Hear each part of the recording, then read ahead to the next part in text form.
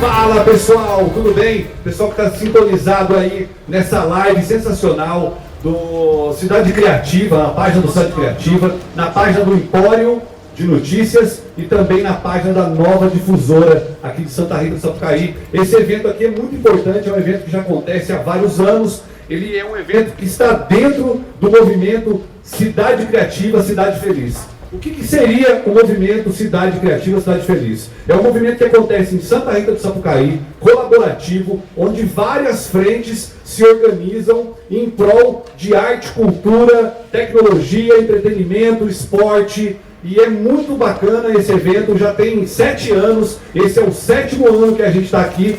Se eu não me engano, hoje a gente está inaugurando esse evento Cidade Criativa, Cidade Feliz, com um evento chamado Lendas Vivas. Esse evento, ele tende a juntar um talk show com músicos da cidade e também terá shows hoje aqui da galera que vai tocar sons autorais dessa região aqui de Santa Rita do Sapucaí e tudo que é importante para a gente, para os músicos locais. Tem também entrevistas muito bacanas, temos artistas de alto calibre aqui fazendo música própria e é isso. Esse evento Lendas Vivas é organizado pelo Carlos Romero, que também é dono do Empório de Notícias. O Carlos Romero já organiza esse evento, ele está juntando 2 eventos dele dentro de um, e a gente fica muito feliz como músico. Eu vou participar como músico, vou participar aqui apresentando também. Fico muito feliz de estar aqui, obrigado Carlos pelo convite de ambos as funções, e a Patrícia está aqui comigo hoje também para contar para vocês, já diretamente entrando dentro do evento Lendas Vivas. A gente começa aqui, a Patrícia vai explicar para vocês então o que vai acontecer. Valeu? Muito obrigado, galera. Boa tarde a todos. Nossa primeira apresentação é com o Caio Vono. Ele descobriu o jazz aos 13 anos, advogado, administrador de empresas, pianista, compositor, radialista, jornalista e escritor.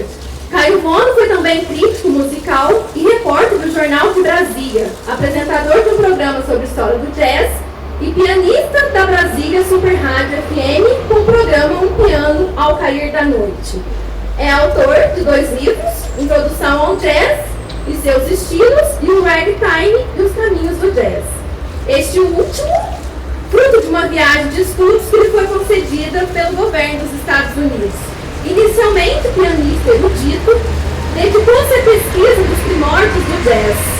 E aí agiu como autêntico restaurador do honky tonk, primeiro estilo jazzístico, também conhecido como piano de salão.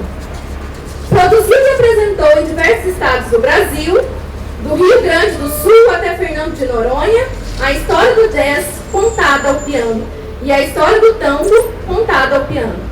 Pelos países por onde passou, colheu elementos musicais que incorporou ao seu repertório, que constitui uma viagem musical pelo mundo. Espetáculo em que toca melodias com arranjos muito peculiares e conta casos interessantes e humor, baseados nas narrativas do seu segundo livro. Além do Brasil, Caio Vono já apresentou nos Estados Unidos, onde foi entrevistado pela Voz da América, Cuba, Portugal e Japão.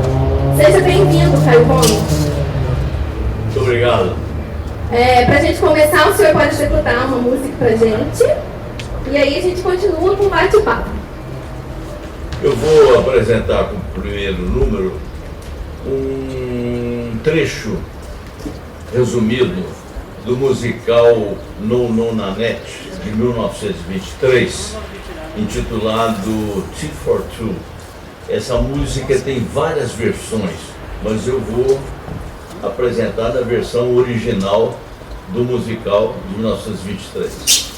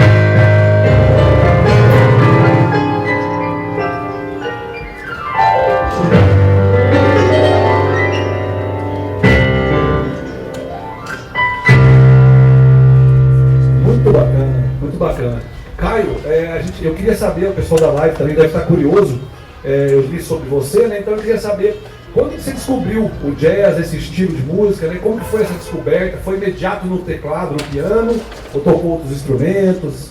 Como é que foi esse processo? É o seguinte, eu comecei a estudar piano escondido dos meus pais, porque os meus pais me contavam casos de filmes que eles tinham assistido, e um filme que me marcou muito foi A Noite Sonhamos, que era a vida de Chopin. E eles contavam esse filme com detalhes, e eu fui me sugestionando. Quando eu tinha 7 anos de idade, eu pedi para estudar piano. Aí veio aquela velha história. Quando você ficar maiorzinho, você vai estudar piano. Eu falei, poxa vida, eles me põem fogo na hora que eu quero, para você ficar maiorzinho, que eles acharam que seria fogo de palha. Então eu falei, pera lá. Fui lá na professora de piano, que era a mãe da dona Luz Brigagão, a dona Marieta Brigagão, que morava com ali. quantos anos isso? Eu tinha 7 anos de idade. 7 anos. Ela morava ali na casa de onde presidia a dona Luz Brigagão, ali em frente à padaria do Paduano. Eu fui lá e disse para a dona Marieta que o meu pai tinha me mandado lá para me dar aula de piano. E o que eu precisava? Ela disse, você precisa de um caderno de música, um lápis ou uma borracha. Eu falei, oh, mas eu vou estudar piano com lápis, borracha e um caderno de música? Bom, vamos lá ver o que vai dar. Aí eu comecei a vender garrafa. Naquela época o comércio comprava garrafa, comprava jornal velho. Até o açougue embrulhava a carne em jornal velho, né? Era uma coisa muito sadia, né? Você comprava a carne e embrulhava no jornal velho. E eu vendia. Chegava gente lá em casa, parente, e começava a pedir dinheiro. Aí um dia me puseram na parede, falei, que negócio que é esse? Chega gente aqui, você pede isso, você só está faltando cobrar ingresso para ti, se eu entrar aqui em casa, o que é que eu... falei, não, eu tenho que pagar uma dívida aí e tal. Aí me pegaram, confessei o crime, me pegaram pela mão e me levaram lá. Chegou lá e falou, não, ele me mandou aqui, ele chegou aqui, disse que o senhor tinha mandado, não tive dúvida. E como é que ele está indo? Está indo bem, então. Porque eu cheguei lá eu achei que eu fosse chegar na aula de piano. Na primeira aula eu ia sentar no piano e tocar polonês de Chopin.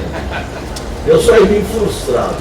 Bom, aí eu continuei. Bem, aí tinha um serviço de alto-falante lá no bar Trianon, ali na praça onde era a lanchonete do Caruso, por último aqui agora, era um serviço de alto-falante do bar Trianon, e ficava tocando música ali enquanto o pessoal passeava na praça. E um dia eu estava passeando ali, eu tinha 13 anos, e começou a ser tocado como prefixo do serviço de alto-falante um estilo diferente. Era um piano animado, meio desafinado. Era um piano desafinado, mas extremamente agradável. Eu comecei a gostar daquilo, sem saber do que se tratava. E a minha babá, a Dadá, viu que eu gostei do disco, era um disco de 78 rotações, no meu aniversário ela comprou o disco e me deu de presente. E eu comecei a pesquisar o que era aquilo. Depois eu vim a descobrir que aquilo era o chamado piano salão, que vinha a ser o primeiro estilo do jazz. Que é o que você tocou agora. E foi, isso aqui foi uma evolução daquilo. Mas aí daí pra frente foi uma decorrência. Muito legal a história. Outra coisa importante, a gente estava conversando aqui, ó, o senhor falou que tinha outros estilos, meio que parecidos, que foram descendendo desse estilo que o senhor estava tocando agora, certo? Que é a evolução. O senhor poderia tocar uma outra música pra gente, que fosse um outro estilo, como conversando, você falou que tinha música do Caribe, o senhor preparou o que pra gente hoje? Olha, eu prefiro fazer numa sequência. Vamos ficar aqui na música americana ainda. Certo. Isso aqui é um musical americano da década de 20, mas o jazz começou em 1890. Então, como na Primeira Guerra Mundial o ministro da Marinha mandou fechar o bairro boêmio de New Orleans, que era um porto, era uma base militar, para manter o moral da tropa, as orquestras de jazz que tinham naquela época ali, que era o estilo New Orleans de jazz, que é o segundo estilo do jazz, subiu o rio Mississippi e foram para St. Louis. E aí o que aconteceu?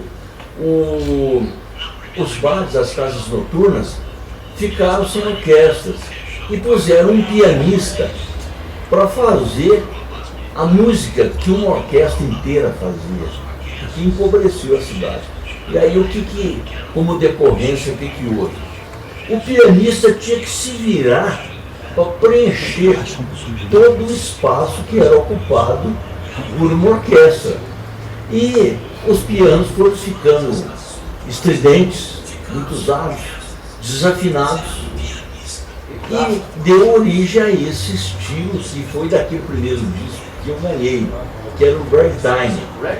E esse ragtime, que começou como música quase clássica, porque tinha partitura, virou esse piano que foi apelidado de honky-tonk, ou seja, o piano gafieira, ou seja, o piano de salão. Essa desafinação do piano era que só usava ele, só tinha ele muitas horas e ele ficava meio gasto. Agora gerou um estilo. Interessante, hein, galera? Agora tem um detalhe.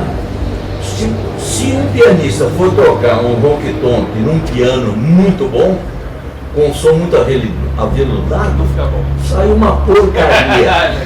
Para ele ter o sabor, você tá meio fora. ele tem que ser estridente e meio desafinado. Tá certo.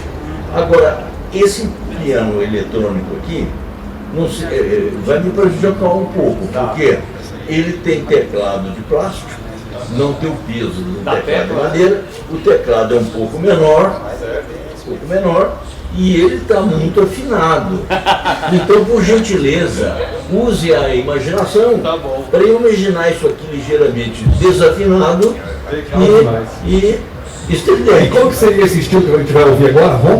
Honky-tonk. Honky-tonk, então. Pode ser? O honky-tonk é o ragtime, que é o primeiro estilo, tocado no estilo de salão. Perfeito. Então vamos lá. O Carlos Romero gosta muito de um que eu faço aqui, que é porque jazz não é o que se toca, é como se toca. Então tem um tema oriental chamado Chinatown, que pega um tema chinês e transforma num ronquiton, que eu vou apresentar. Chama-se Chinatown.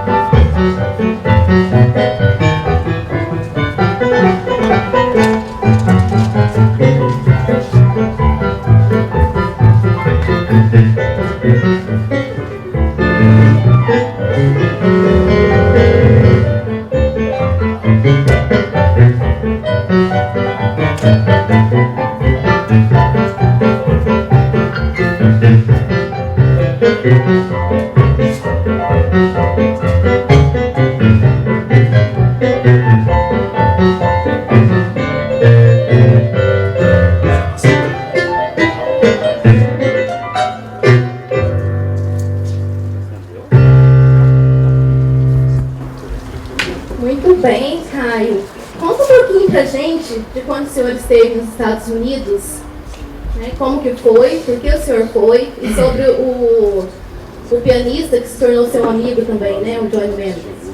Bom, o senhor não foi aos Estados Unidos, o senhor está lá em cima, o Caio é que foi. O seguinte, antes eu queria fazer uma observação. Os pianistas modernos se acompanham fazendo acordes no centro do teclado do piano. Como naquela época o pianista tinha que preencher o espaço todo que a orquestra fazia, então surge isso aqui. Ele tem que fazer esse movimento com a mão para preencher. Ele fazia o papel da bateria e do contrabaixo com a mão esquerda.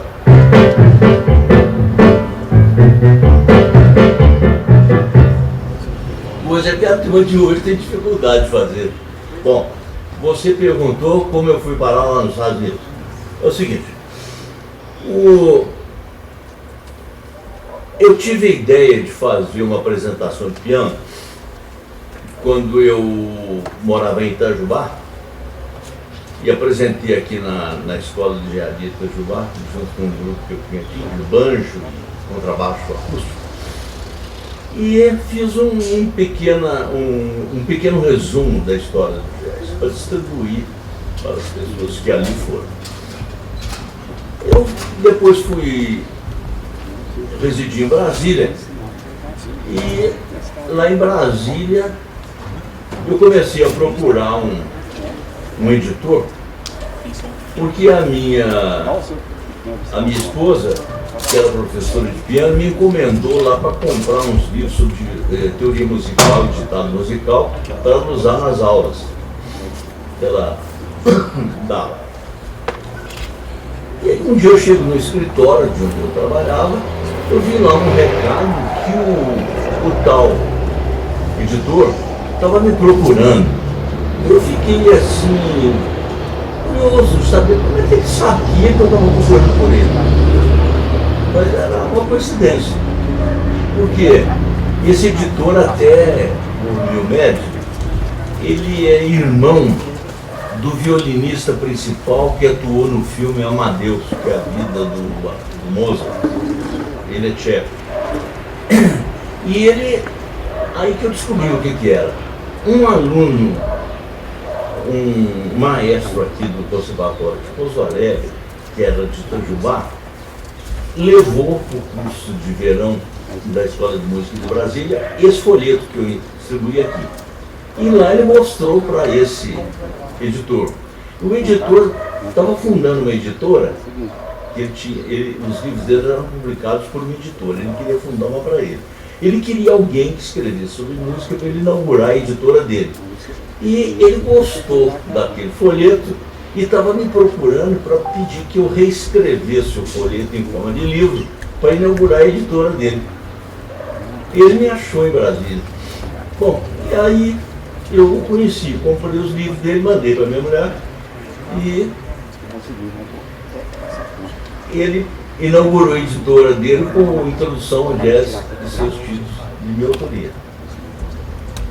Bom, esse livro foi parar nas mãos da Dita Cultural da Embaixada dos Estados Unidos, que era negra, cujo marido estudava as influências afro na música das Américas. Aí ele se interessou. Ela me chama para tomar um chá com ela lá na embaixada e me convida para ir aos Estados Unidos. Fez um convite em nome do governo americano para eu fazer uma pergunta se eu tinha alguma pesquisa, algum plano. Eu falei que tinha, que eu queria conhecer o que restou do velho jazz de piano nos Estados Unidos. Aí eu recebi o convite do governo americano e fui, visitei 2 estados e foi aí que eu escrevi o meu segundo livro sobre o patrocínio da Embaixada Americana.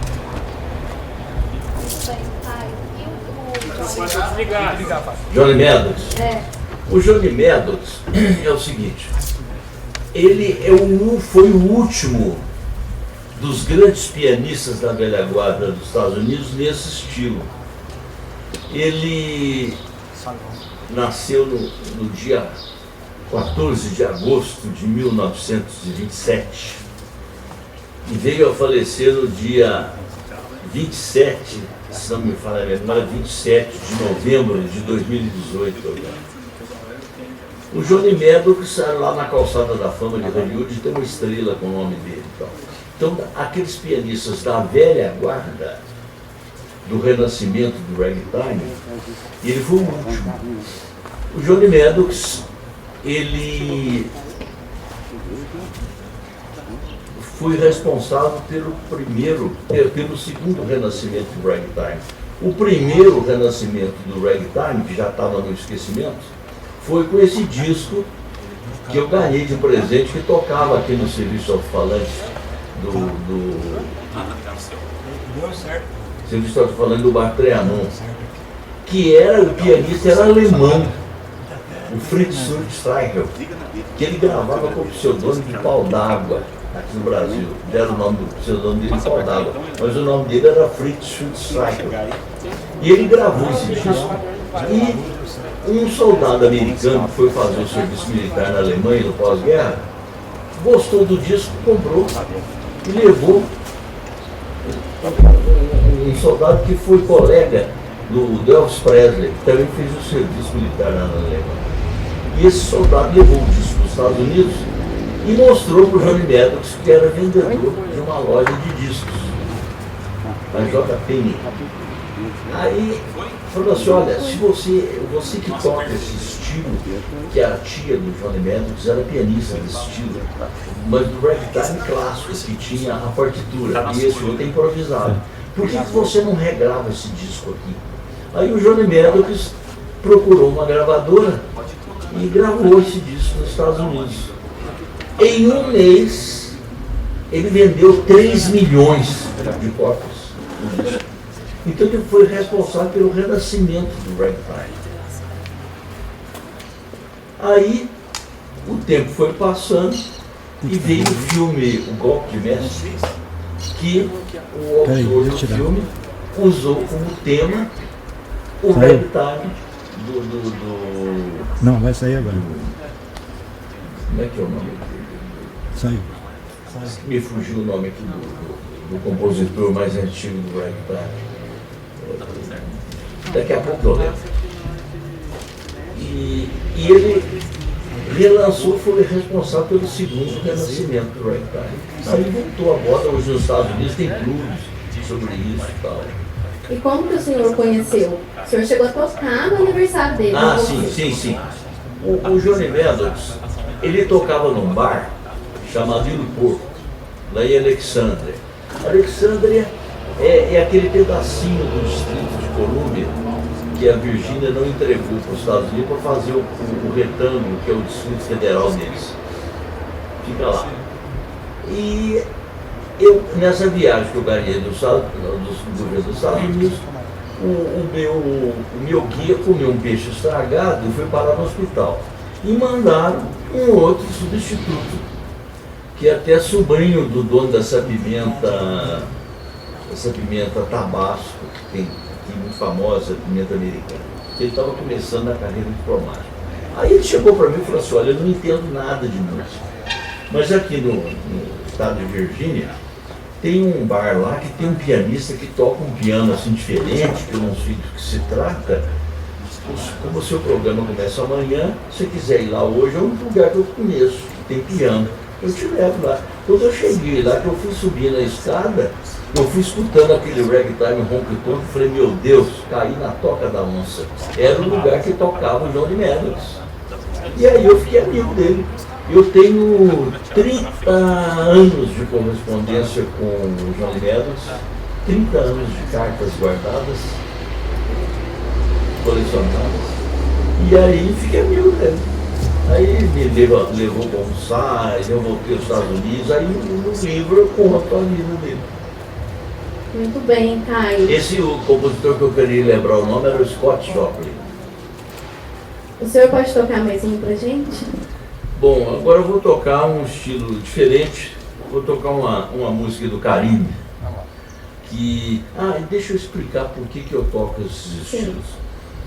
Aqui em Santa Rita, quando eu era garoto, o samba era muito pouco usado. Porque é o seguinte, da igreja para a parte alta da cidade, era a parte colonizada pelos portugueses, que chegaram aqui primeiro. Então o pessoal mais dedicado à literatura, embora tivesse gente lá que tocasse violão. A minha avó, por exemplo, era de origem portuguesa e tocava violão, ensinou meu pai a tocar. Muito bem, por sinal. E aqui da igreja para baixo eram os outros imigrantes, eram italianos, espanhóis, libaneses, franceses, alemães, ingleses, etc., que tinha aqui embaixo. Então esse pessoal não era muito ligado a samba. Então eu tinha pouco conhecimento. Eu fui, na realidade, conhecer melhor a música brasileira quando eu fui para Belo Horizonte para estudar Direito com 18 anos. Quando eu chego em Belo Horizonte, era na época da Bossa Nova, todo mundo só curtia a Bossa Nova. Então se tivesse 100 pianistas em Belo Horizonte, os 100 tocavam Bossa Nova. Então se eu fosse tocar Bossa Nova, aprender a tocar Bossa Nova, eu seria um zero à esquerda, porque tinha 100 pianistas que tocavam pior que eu. Eu teria que começar do zero. O que eu fiz? Eu era o Coringa. Eu continuei tocando o meu tango, o meu fox, a músicas francesa, italiana, etc. E quando alguém precisasse de uma música diferente da Bossa Nova, eu me chamava, me contratava. Porque Bossa Nova eu era o pior dos pianistas de Bossa Nova, porque tinha 100 pianistas que tocavam melhor do que eu. Bem, Aí eu me dediquei, eu aprendi daqui em Santa Rita a tocar música do Caribe, então depois eu vou contar como é que eu aprendi o meu contato com o tango. Eu vou tocar uma música do Caribe aqui, uma rumba chamada Kubanacan.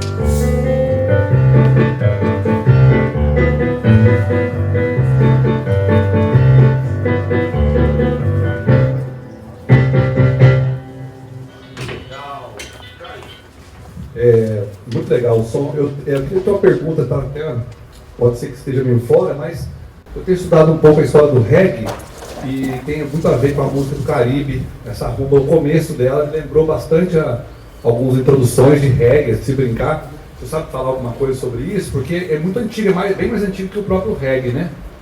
O seguinte, existe um intercâmbio de estilos Por exemplo, a primeira música de origem espanhola que chegou lá no Caribe foi a habanera. A habanera, ela influenciou a rumba, influenciou o bolero, influenciou o mambo. Guarani também, será? Não, a Guarani é do Paraguai, aqui embaixo. E muitas partes de ragtime ou de blues aproveitaram a habanera. Por exemplo, deixa eu te dar um exemplo aqui, St. Louis Blues. Por exemplo.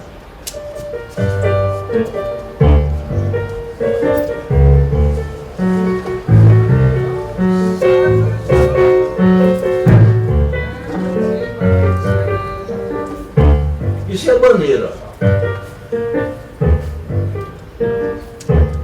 Isso é habanera. Agora, o tango, todo tango tem um pedaço, uma parte com habanera. Lembrou o tango também isso. Agora, por que o William Christopher Handel colocou esse pedaço de habanera no St. Louis Blues? Para confundir os dançarinos, para fazer os dançarinos se atrapalharem. Agora, os europeus e americanos, de modo geral, como todo tango tinha um pedaço de uma parte em habanera, eles achavam que a habanera era tango. Mas não é. Todo tango, o que é o tango? São 8 colcheias.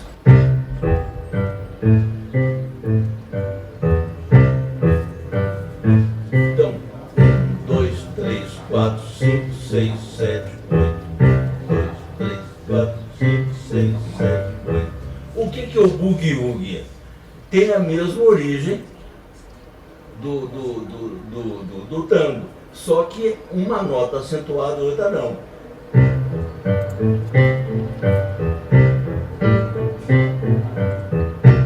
E o boogie-woogie deu origem ao quê? Ao rock and roll.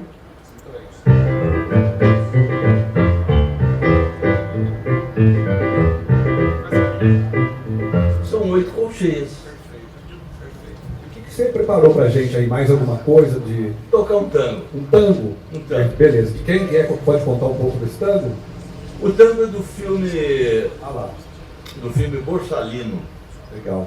Vou deixar o Caio então tocando um tango pra vocês. Daqui a pouco a gente volta.